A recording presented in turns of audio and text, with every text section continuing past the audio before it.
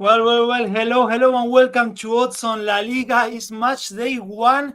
We say La Liga, we say Alvaro Romeo. Those go together like jam on toast. From a Copa America winner to a Euros champions. How are you, Alvaro? Very well, thank you. It's great to be a champion. Again, I will add that we are Olympic champions too. So Well, over to you, Leo. yes. It's been a good summer. It's been a good summer. Yeah. And I tell you what.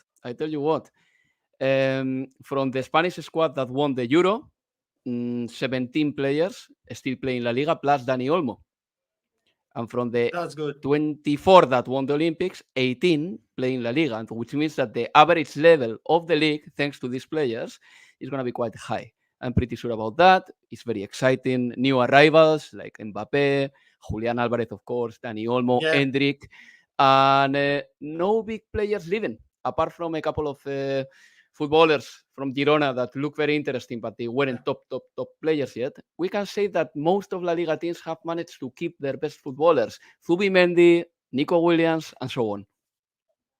Absolutely, and as everyone is saying already on the comments, thank you guys for being from being there. Once again, everyone is super excited to have European club football back to our life after a absolutely busy sports summer for everyone. Guys, do not forget you can join our monthly tipster competition and win cash prizes, and of course, do not forget, as we always tell you, to like, subscribe, and hit the notifications bell. Now, let's go on with the show.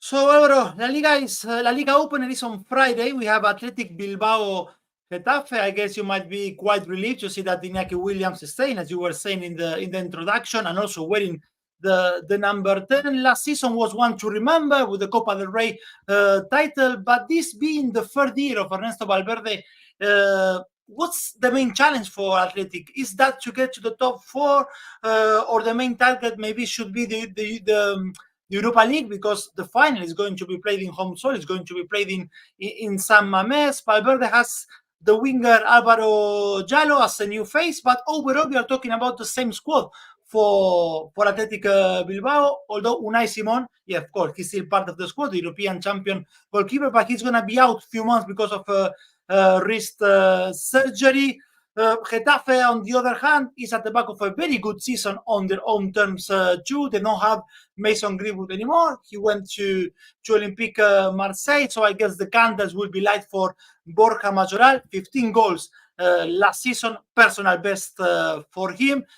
Clear favorite Athletic for the bookies in this La Liga opening, Alvaro, but what's your take? Well, my take, I think that Athletic Club Bilbao is the favorite for the game, and rightly so, because they had a very good season, and because they haven't had any big loss this summer. Nico Williams is staying, and that is very important, because Nico has the potential to become a 15 goals a season footballer, as he showed in the Euro. And if he hits his potential, I think that he is going to take Athletic Club Bilbao to new heights. What does it mean, new heights, for Athletic Club Bilbao? Getting far in the Europa League, as you said, the final is in San Mamés. And number two, maybe qualifying fourth in La Liga, or third, and qualifying for the Champions League finally. Because I think that this Athletic Club Bilbao has the potential to play in the Champions League. They really do. And I believe that this season, a team like Girona is going to have a worse campaign than last season. And that opens up an opportunity, especially for Athletic Club Bilbao, Real Sociedad, and Villarreal. Those are my candidates to be fighting for the Champions League spots. That on a sporting level, on an institutional level, the main target of Athletic Club Bilbao is keeping Nico Williams in the team until the 1st of September, when the transfer deadline is, and probably keep on signing players for the academy, because the new president, Uriarte, has been really ambitious when it comes to the youth market, bringing in plenty of young players for the academy, because let's don't forget that Athletic Club Bilbao can only play either with homegrown players or with players born in the Basque Country. So it is very important to bring players to the academy. The younger, the better, for them to know the philosophy of the club and for them to be able to play for Athletic Club Bilbao. So for this game, look, I think that Athletic Club Bilbao is favorite. I have no reason to believe that Athletic is going to be worse than last season. Yes, there are a few departures. The most painful one for me on a personal level is 𝐬𝐭𝐭𝐻𝐿, because, I've seen him play since he was 16 and he's gone.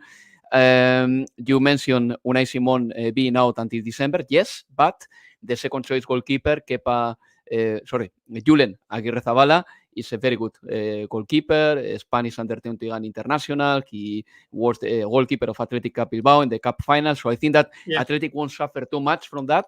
I think that Alvaro 𝐬𝐿𝐽's absence for this game shouldn't be a big problem if Nico Williams is sharp and he's been training for over a week. So I'm sure that he's physically okay. And when it comes to Getafe, look, the project is a continuity project. My only concern with Getafe is that they have lost a very good scoring source like 𝐿𝐵 Unal, who is finally a player for Bournemouth. He signed the papers and he's, a part of the Bournemouth squad already. And Borja Mayoral may be on the way out to Real Sociedad. That's a possibility. Right. And if Getafe loses 𝐿𝐵 Unal and Borja Mayoral, players who have the potential to score 15 plus goals per season, then Getafe is in a very bad place, to the point that probably this weekend they're going to play up front. I don't know if Borja Mayoral is going to feature or not, but if he doesn't, maybe they have to resort to Carles Aleñá playing as a number 10, for example. Players who don't have a great scoring ability. So I know that Getafe can be complicated. Bordalases teams normally are a pain in the neck because they make many faults and they know how to interrupt the game. But still, I think that Athletic has a certain flow. They are very happy about having kept Nico Williams. So my bet will be Athletic to win and over 1.5 goals in that game. That pays 180. Otherwise, if you check the individual market, well, there is a player who has had a quiet summer because he hasn't played any football. His name is Iñaki Williams, and him to score is 2.7. By the way, Iñaki Williams this season will play without a glass in his foot. Why do I say that? Because for the last 4 seasons, he was playing with a glass inside his foot. He didn't know about that. The doctors didn't know about that, and he was in pain until this summer they found that he had a 2-centimeter glass in his foot that he didn't know about. Literally glass. Maybe a glass from a bottle that he stepped on. Wow. 2 centimeters of a glass. And the doctors found out in June. So imagine the pain for Iñaki Williams. He's been playing 4 years with a glass inside his foot and he didn't know about it. Okay, so definitely he should score more now without the glass in his foot. And I actually said Iñaki Williams wearing the number 10. No, I meant Nico Williams wearing the number 10 for Athletic. Already in the comments, they all go for Athletic to win. Alvaro, and I do agree with that. So that's the La Liga opener, Athletic Bilbao at home against Getafe. Next, we have Betis Girona. After a dream season, it's quite a shame to see Girona now without Dobi, without Alex Garcia, without 𝐜𝐭𝐴. They have Alvaro Romeo, yes, back to the club on loan. Bryan Gil is also on loan. And then a big question mark, I guess, on Donny van de Beek, the player from the Netherlands. Seems difficult to measure what should be the right expectation now for Girona, Alvaro, in a season with Champions League as well, for them to be playing. I would say at least the expectation should be to enjoy. Who knows if they will be, if Girona supporters, they will lead something like this again in the near future. Maybe the context helps also to explain why Betis is the favorite as well for the bookies here. A Betis side that is playing in Europe Conference League this time, but a 4th consecutive season in Europe. This is for Real Betis. Can Manuel Pellegrini, Alvaro, make it 5 in a row for Betis in Europe? Yeah, I think so. I think he can. The only problem of Betis is that, in my opinion, they have very suited for the context of La Liga. They are a little bit slow, a little bit rigid, in my opinion. But that when it comes to playing in Europe, they haven't been able to translate their good form in La Liga, and it goes back to 2020 already, in Europe. That has been the main issue for Betis. But yes, generally speaking, I think that Betis is going to be one of the candidates to fight for the Europa League or the Conference League. I don't think that they have what needed to qualify for the Champions League, all right? Especially without 𝐿𝐴, because 𝐿𝐴 suffered a muscular injury back in April, and he's still recovering from it, and he's gonna miss this game. So imagine the seriousness and the what is the word for that? The strength of his injury that it's just a muscular injury, and he missed the preseason. So and Isco was capital. He was pivotal last season for Betis' success. I'm sure that Fekir is going to be fit because he had a normal preseason, and in the absence of Isco, he's going to be the player just making the magic. But I think that Betis should be a slightly favorite for this game. And I'm very curious about Girona and how the odds are going to be for Girona as the season goes by, because this is the first game of the season. Girona have qualified for the Champions League, and yet they are not favorites against Betis. So I think that this is going to be a tendency that will be probably more acute if Girona doesn't have a good start of the season. But if you check the odds, normally, if Girona was a normal or a usual Champions League side, probably Girona will be favorite for this game. But since many people and probably the bookmakers think that Girona was a one-off, Betis is the favorite for this game. And okay, I can understand it. I'm going to go for a draw no bet for Betis, by the way. This will be my bet. I think that is not too risky, 172. But Betis has had their absences as well. I mean, Petzela, Guido, leaving. Those are players that have a certain importance in the team, especially in midfield, in defense. But new players have arrived, and a few of them are interesting. Betis is going to change the defense pretty much completely with Ricardo Rodriguez, the player that we only see internationally in summer. Well, finally, we'll have the chance to see him in a league. The Swiss international. Diego Llorente, center back. Marc Roca, central midfielder. Riyad, one of the expensive signings of Betis. So, the team has changed a little bit as well. But I consider themselves favorite because they haven't changed as much as Girona. And I think that Girona have tried their best, but they have lost. Eric Garcia, Alex, Dobbik, who was the top scorer of La Liga last season, Savinho, and 𝐬𝐭𝐴. One of them left to Manchester City. This is the quality of the player that they lost. And they have replaced them with Van de Beek, with Abel Ruiz, with Brian Hill, who are either castaways, Loanese, players who haven't fulfilled their potential. I think Girona is going to suffer a bit this season, yes. Yes, absolutely. And I think those replacements, as you said, are not quite to the standard of the players that they left the team. Also, I can imagine being Matchday 1, slow starts for many teams. First half draw has odds of 2.3. If I'm correct there on Oddspedia's website for this Real Betis Girona. Next one, Alvaro, we have is Celta Alaves.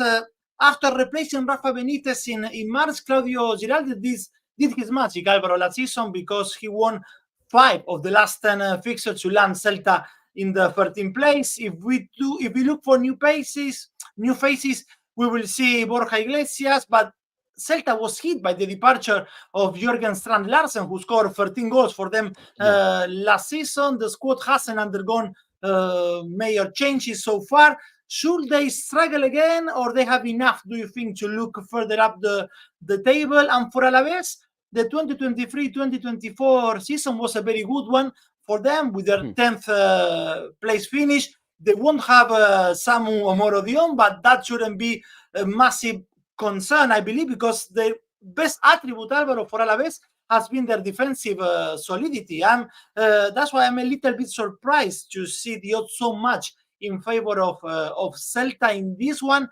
I don't know if I will go for the way win here for Alaves to win, but double chance for Alaves also shows healthy odds, 1.84. But what's your analysis for this Celta Alaves? A very similar one, in fact. Look, Alaves to win pays 4.0, and I singled that out because I think that it's not totally impossible that this happens. The project of García Plaza is a good project. Alaves is keeping some continuity. I think that they are very solid. They know how to keep a scoreline tight. So Alaves to win is not a crazy one, but I just suggested for those who are audacious and they believe that this can really happen. But otherwise, there are some variations of that are very interesting too. For example, you mentioned the draw no bet. I'm going to put or bring on the table the Asian handicap plus 0.75 for Alaves too. Even if they lost, you could still make a little bit of cash as well, and that pays 170. I think that talking specifics now, Celta won't be very different from last season. The Rafa Benitez stint wasn't good, but then 𝐜𝐵 changed the situation, turned the things around, didn't leave any stone unturned. He tried everything. And yes, they have lost a striker, but they have brought themselves Borja Iglesias, who, in all fairness, has played very well for Celta in the past. I know that Borja Iglesias is at the wrong side of, their peak, obviously, because he's over 30. But him plus 𝐬𝐭𝐚𝐲, playing in midfield, who can bring a lot of energy, maybe they can bring the team a point or two up, and that will be very good. I don't think that Celta is going to suffer a lot. They shouldn't, but they cannot be complacent either, and they cannot rely too much on 𝐿𝐭𝐴 Aspas anymore, because last season we saw that 𝐿𝐭𝐴 Aspas tried, but he couldn't keep the consistency. But yeah, when it comes to Alaves, the biggest thing of Alaves last season was the solidity at home. This game is away, but I think that they are not going to lose it for a big margin. I have that feeling. So maybe an Asian handicap plus 0.75 for Alaves.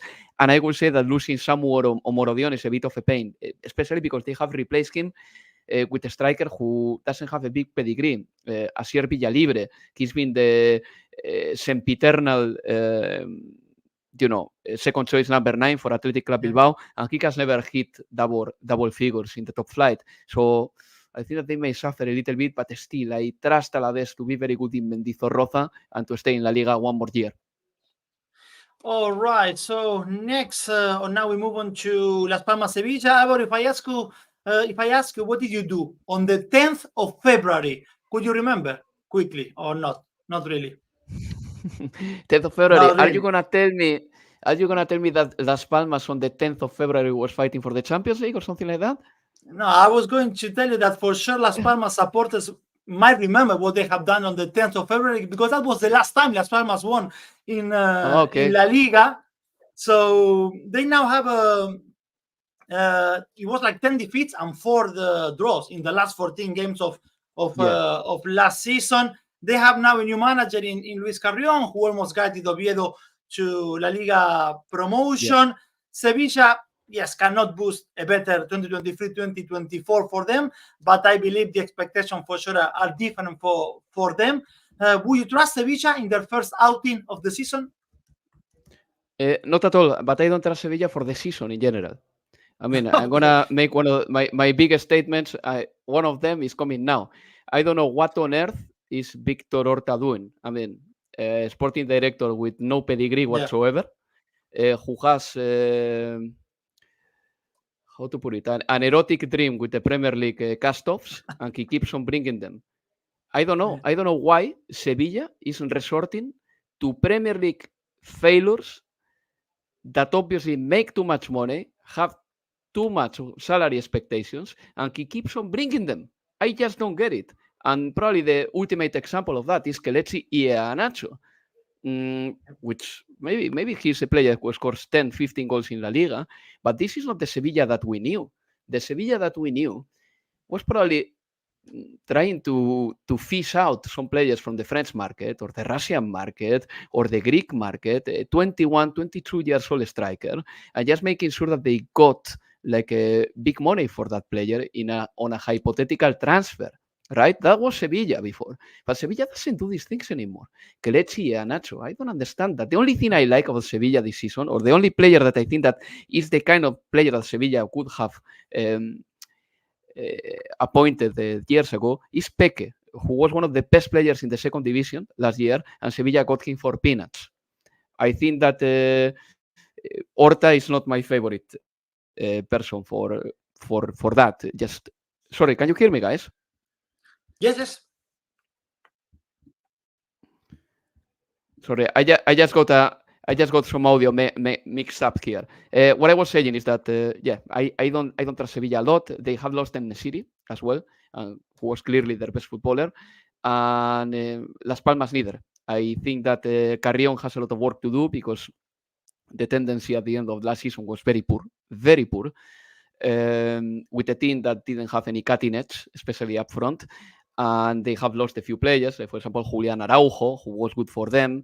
Then he went back to Barcelona. Now he's at Bournemouth. I don't know. I think this is the kind of game that could be a pass for me. I want to see how these two teams play this season. Las Palmas had a very distinct season with García Pimienta, and García Pimienta is right now Sevilla's manager. And I don't think that Las Palmas is going to be able to keep the style that they had last season. There are many changes to do for the side of the islands. So this is almost a pass for me, but otherwise this will be a draw no bet for Las Palmas, 205. That's the tip then for Alvaro. And now is the turn for Osasuna Leganes. Osasuna, Alvaro, haven't finished lower than 11 since winning promotion to La Liga in 2019. And in the meantime, from there till this season, they actually even had the chance to play a Copa del Rey final, to have a European spot as well. But last season was a bit of a disappointment for them. That's my feeling. They have a new manager for this campaign, Vicente Moreno. They kept Ante Budimir, which is great because he scored 17 goals for them last season. And Leganes returned to La Liga after 4 years. In their favor, I would say, like, they have conceded only 27 times in 42 matches last season. With that in mind, and knowing that Osasuna scored only two or more goals than that only scored 2 more goals than relegated Almeria, I don't expect here a goal feast, but and actually goals under 2 show odds of 2.32, which doesn't seem too crazy, at least with those numbers in mind. But how do you see it? No, it's not crazy. It's not crazy. I don't think it's a crazy idea to think that this can be an under. On the other hand, Vicente Moreno, the new manager of Osasuna, has work to do, and he's not a particularly attacking manager. So I can imagine Osasuna being a bit cautious this season. An Osasuna side that has brought themselves Brian Zaragoza, which, by the way, I think it's a clever appointment on loan, because Brian Zaragoza did a very good start with Granada last season. Then he went to Bayern. He clearly didn't have the level for Bayern, but maybe at Osasuna he can provide the kind of quality that Abde brought in a couple of years ago, the former Barcelona footballer. When it comes to Osasuna, yes, last season it wasn't good, but I think that Arrasate's job was overall outstanding, really. Vicente Moreno has big shoes to fill right now, but I think that this game they are going to win it. Leganes, I want to wait and see. Obviously, as you said before, they got promoted and they earned the promotion in part thanks to their defensive knowledge. But they have lost a very key player. I don't know how important it's going to be this, but the Golden Glove of last season, second division, was Leganes goalkeeper, Diego Conde. And Villarreal appointed him this summer. So I don't know if this is going to unsettle a little bit the defense as well. That's a possibility too, because sometimes, for a team to be very well engined, especially in defense, you need a very good synchronization between the defenders and the goalkeeper. I don't know how the departure of the goalie is going to play out. I have no clue. But anyway, all that said, I think that Osasuna starting at home could win this game. Osasuna to win 180. I think that the money is good enough. Yeah, absolutely. Good enough on that 180 for Osasuna. And then Saturday night, Alvaro, the turn for one of the main fixtures in this match day one, Valencia and Mestalla with Barcelona, the debut of Hansi Flick in the bench, one major signing in Dani Olmo, a great surprise in preseason with Pau Victor, the expectation of a team that can boost Pedri, Gavi, Lamine Yamal, of course, Lewandowski, even Sergi Roberto departing, I would say, is good news for Barcelona. Yeah. Still, you agree with that, right? Good. Yeah. Still not enough to see them seriously challenging Real Madrid. To visit Mestalla could be a good first test for Flick. Valencia it's a shame for them because they have a good season, but quite a poor ending of last season, which denied them maybe a spot in Europe. Limited movement for them in the market for Valencia, but can they give them a headache? Can Valencia give a headache to Barca on Saturday night? I think they can, because Barcelona has many players in the sidelines, and this is something that Hansi Flick will be probably lamenting. The fact that he hasn't been able to work with Pedri, Frenkie de Jong, Gavi, Fermin, because Fermin has double up. He played in the Euros and then he played in the Olympics. And come on, that's absolutely mental. I don't know. He was the star of the Olympics, I would say. in the Spanish team. Yeah. Didn't he score 5 goals in the Olympics? He was brilliant, and his long range shooting is an attribute that Barcelona can benefit from. I believe that Barcelona has two terrific shooters from the distance, like Rafinha, who is very good at it, and Fermin. But Fermin, for sure, he's gonna rush his comeback because he knows that this is his chance. He knows that he can become an important player, and I cannot imagine Fermin on the 31st of August in Ibiza, just laying down and being calm about his situation. I'm sure that Fermin wants to compete already. But, Hansi Flick didn't have the precision that he wanted, probably. On the other hand, maybe these Euros and these Olympics have to make us resettle and reframe what we expected about Barcelona 4 or 5 months ago. Because if you have the best player of one of the best players of the Euros, like Lamine Yamal, if you have signed Dani Olmo, if you still have in your squad a footballer like Fermin, who was the star of the Olympics, plus Pedri, Gavi, who's going to come back, Frenkie de Jong, who's going to come back, 𝐿𝐭𝐴 Gundogan, who wasn't too bad in the Euros, even though his performances were better at the beginning than at the end.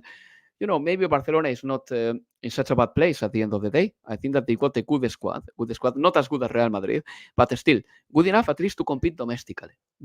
But the big problem with Barcelona is that probably for this game against Valencia, they are going to play with 5 or 6 footballers who will barely play as the season go by.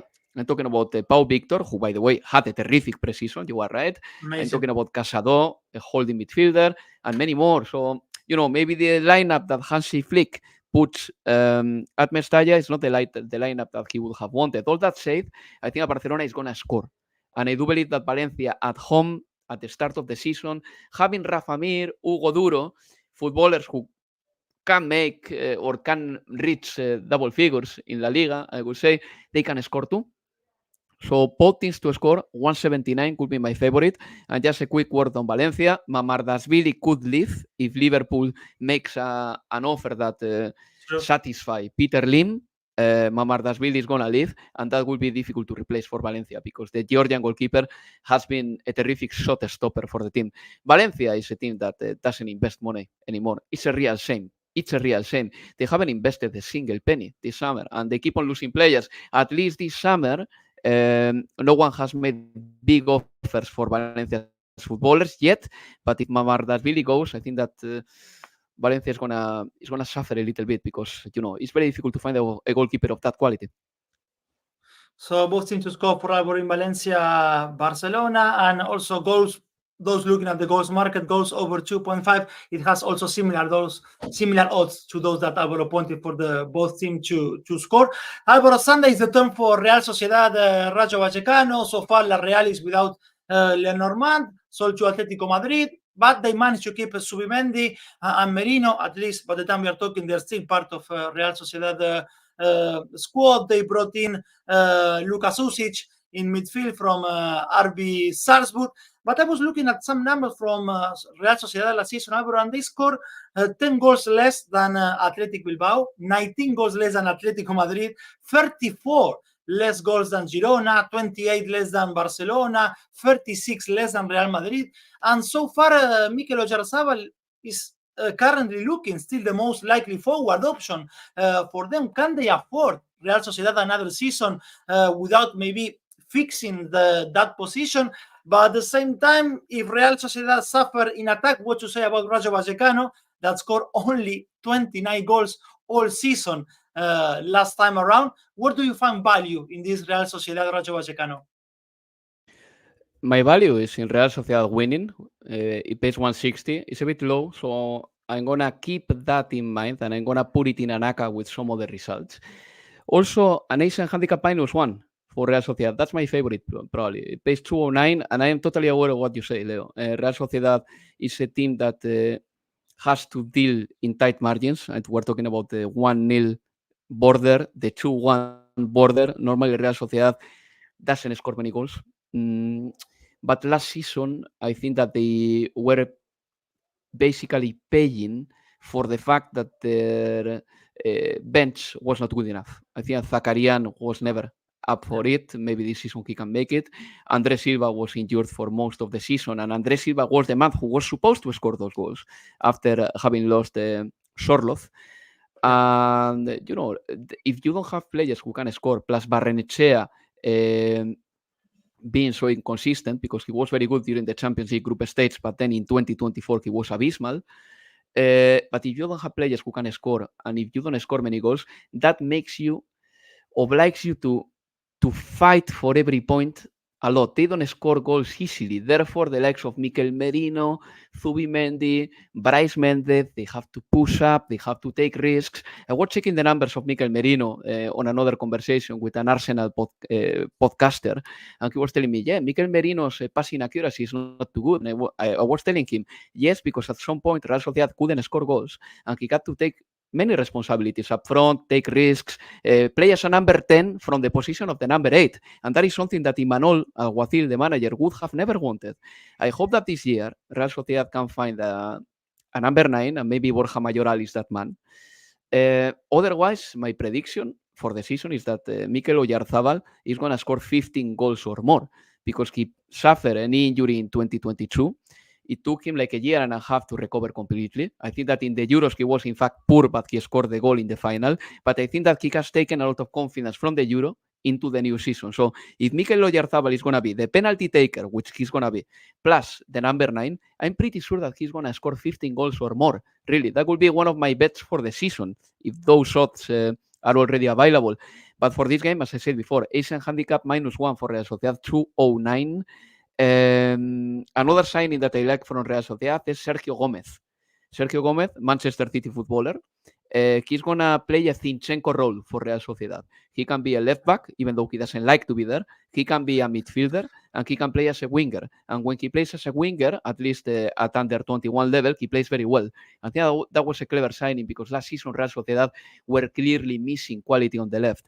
And when it comes to Rayo Vallecano, again, a low scoring side, continuity in the project, a manager that was the assistant manager to Iraola being the manager this season, like Íñigo Pérez. He's only here because he couldn't travel to England. He couldn't work in England because he didn't have the work permission, and therefore he couldn't join Iraola at Bournemouth. But he kept Rayo Vallecano in the top flight. But I think Rayo is going to suffer this season. Real Sociedad to win, I like it. Oyarzabal to score, I like it for this game. And my favorite one, where the yield could be Asian handicap -1 for Real Sociedad, over 2. Amazing. And on the comment section, Arnoldus going that way as well. Real Sociedad to win and over 1.5 goals as well for this fixture. And then Sunday night, Alvaro, will be a landmark moment in La Liga with Mallorca, Real Madrid, and the debut of Kylian Mbappé in La Liga. Of course, he's going to have his official debut tonight against Atalanta in the European Super Cup, but in La Liga, it's going to be against Mallorca, his debut. And for a long time, Alvaro, we have been talking or saying that Real Madrid had the opportunity to build the gap with Barcelona to a level that we have not witnessed before, maybe in modern history, between these two sides.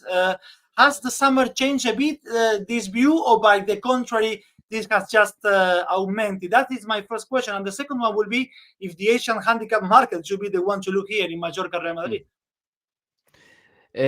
But okay, question number 1 will be, the summer has tampered me down a little bit. When I saw Barcelona and Barcelona's footballers, especially playing for Spain in different tournaments, playing so well, I thought that maybe Barcelona doesn't have such a gap to fill in relation to Real Madrid. Okay, but I still believe that Real Madrid is a massive favorite. And in fact, if you check the odds to Real Madrid to win the league, that pays 140. That's unprecedented, probably, I would say. Unprecedented in the last 30 years, for sure. But, a number of good decisions by Real Madrid plus financial stability have put Real Madrid in this level. And we have to admit that their summer has been brilliant, because they have spent only 47 million. Mbappé came on a free. And the only signing that they paid a lot of money for was Hendrik, a player that I'm really looking forward to watching. But last season they won the league and the Champions League. They conceded only 26 goals, and their defense is gonna for sure get better with the additions of Militao and Alaba as the seasons go by, because last season they missed most of it. And Thibaut Courtois as well, he played the Champions League final, but he picked an injury in August and he didn't play again until late April, So, Real Madrid is in a very good place. The only thing that can limit Real Madrid a little bit, and especially their fluidity, is not having Toni Kroos. They don't have any player with that profile. Toni Kroos was the first one who raised his hand and he was telling Rudiger, he was telling Nacho, pass me the ball because I'm going to dictate. Real Madrid doesn't have footballers like that. Tchouaméni is not this footballer. Camavinga is not that footballer, and Ancelotti doesn't think that he's that footballer either. And probably Luka Modric and Arda Güler will have to cover some of Toni Kroos's responsibilities, even though Arda Güler is not exactly that player and Luka Modric is already 39. So that's the only thing. I think that Real Madrid at some point are going to miss a player like Toni Kroos. Maybe he wasn't the best player of Real Madrid, but he was maybe the most important or the most unique footballer they had. But, I think that this season, I could easily tell you now that I could put my money on Real Madrid winning the second half on the 19 games that they are going to play at home. I think that this is going to happen. And I'm pretty sure today is my birthday, by the way, 14th of August. Happy birthday, Albert. Thank you very much. I tell you, Real Madrid could win every second half at Santiago Bernabeu from now until the end of the season in the league. I think that that's going to happen because they've got players who are eager to score. They've got players who compete with themselves to be the best. Vinicius, Mbappe, even Endrick. We're going to see that. We're going to see that happen. And the players coming from the bench, they are going to be starving to score as well because they've got so much quality. Endrick, Rodrigo, Mbappe, Vinicius. So many. But for this game, look, Mbappe to score or assist will play in the region of 1.8. And since I believe that Mbappe is going to have a very good landing in Spanish football, I could go for that. Either way, I could go for Vinicius to score or assist. Something that in 2024 has happened a lot. If we took Vinicius's ratio in 2024 for Real Madrid, it's incredible. It's much better than Bellingham's. Otherwise, my bet will be here, Real Madrid to win and over 1.5 goals, 180. But I tell you what, maybe I prefer to go for the individual market in this game. And I think many people will go that route for sure, the individual market in this Mallorca, Real Madrid, and the possible debut of Kylian Mbappe in La Liga. Finally, Florentino got his man. And the one before the last, Alvaro, is with two promoted sides, Real Valladolid, Espanyol. Valladolid returned to La Liga at the first attempt. They have so far spent 14 million, although with a little caveat, because I could see that most of the money was for players who were already in the club as loanees last season. Espanyol, they scrambled their way back to La Liga because they did it through the playoff, and they managed they changed twice their manager last season in second division. They're gonna do it without their top scorer, Martin Braithwaite, who left to Gremio, and last night Braithwaite was playing Copa Libertadores. Amazing stuff between Gremio and Fluminense, and he started the game. He did not score, but he played there. Braithwaite, incredible. We will see if 𝐬𝐭𝐴, the young Argentine on loan from Tottenham, can contribute to forget the Danish. But it seems to me, Álvaro, that they are both here for a long and tough season, Valladolid and Espanyol. Yeah, especially Valladolid. I think that Valladolid has more financial struggles. Pecholano has said that the financial situation is very difficult. The Uruguayan manager who took Valladolid up to the first division.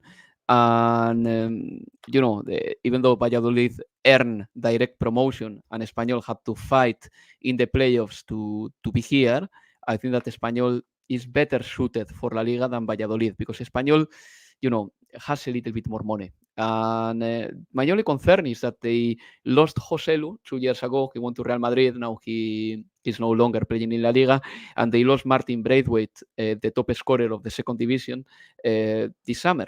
So they will be very reliant and very dependent on footballers who actually are not so good at scoring. I'm talking, for example, about 𝐬𝐭𝐴𝐧𝐬𝐿, a player that we have to wait and see to have a proper verdict about him. I really want to see him a full season starting.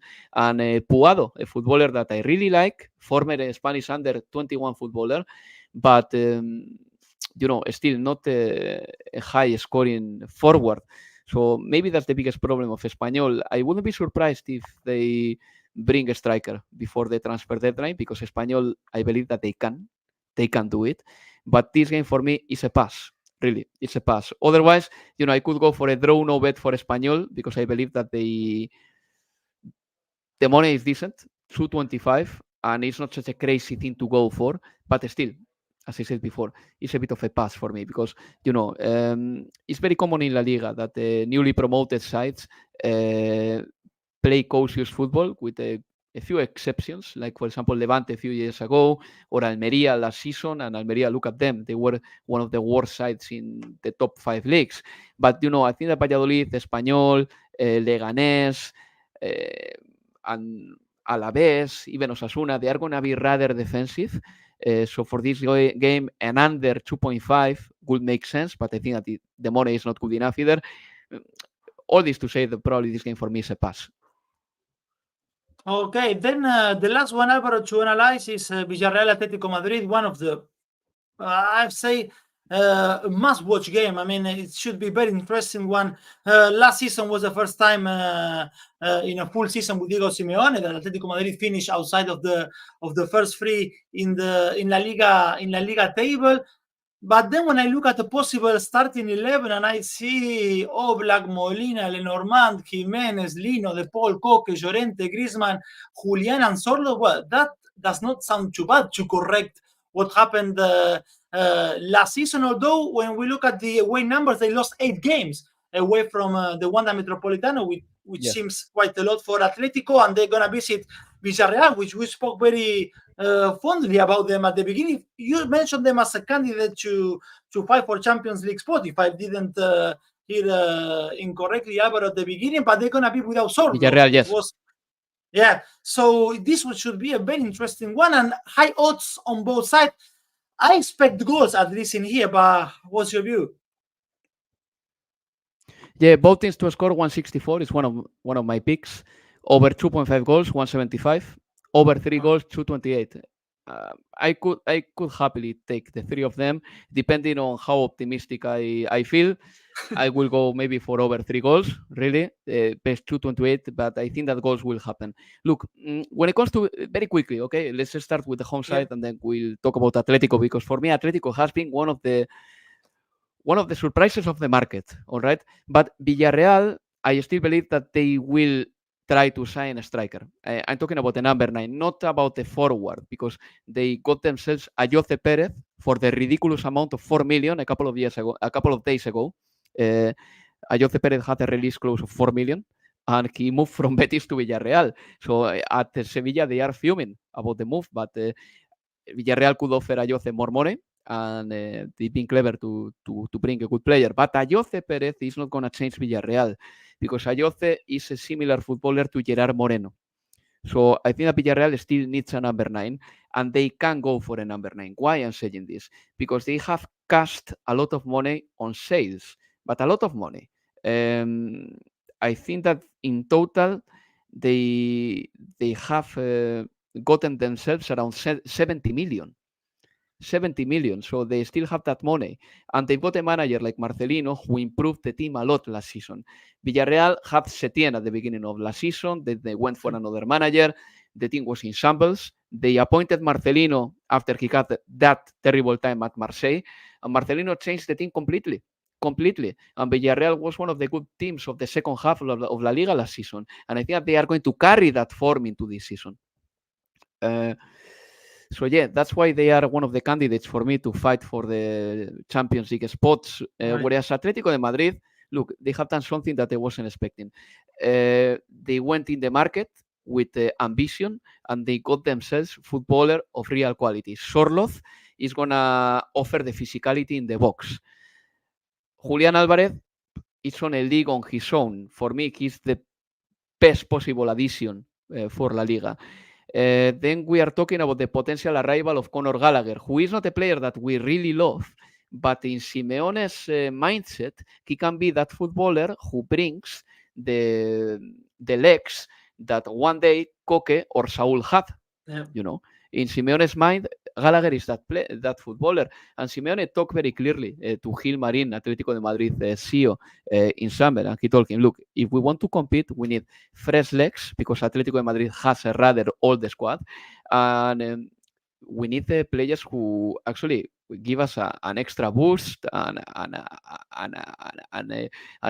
extra quality. And I think that the signings so far are very good, even Lenormand.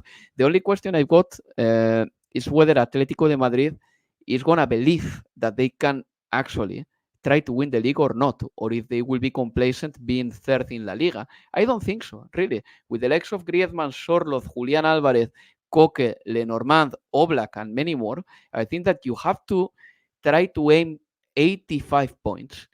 And if you get to the 85 points barrier and Atletico can, I think that you can be a candidate for anything. Atletico has to try. And, they got the energy. They got the footballers. Some of the players that didn't offer anything are gone. I'm talking, for example, about Savic, Hermoso, Saúl. There is no reason to believe that Atletico is not going to be competitive. But for this game in particular, since this is the beginning and they are playing against Villarreal, and Villarreal last season was very good from spring onwards, I'm going to go for the goals market, plain and simple. And I think that Atletico is going to win it, or is a slightly favorite, but I wouldn't put my money on Atletico winning. I prefer to put it on the goals market. Absolutely. So that's everything, guys, you need to know on match day 1 in La Liga. Amazing inside analysis from Alvaro Romeo. Before we go, guys, do not forget you can always participate and join our monthly tipster competition. So after we finish with the show, you can go to the website and do everything you have to do to be part of that tipster monthly competition. But before we say goodbye and another happy birthday to Alvaro, what's your safe bet and ACCA? Well, my safe bet could be Real Sociedad to win. That pays 160. And in my ACCA, I'm going to combine Real Sociedad to win with Athletic Club Bilbao to win and over 2.5 goals in Villarreal Atlético de Madrid. Altogether goes up to 4.2. Nice one. A healthy 4.2 for Alvaro's first ACCA of the season in La Liga. Alvaro, happy birthday and a pleasure as always. Thank you guys for watching. Do not forget to like, subscribe, and hit the notifications bell, and we'll see you next time. Bye-bye. Thank you. Take care. Bye-bye.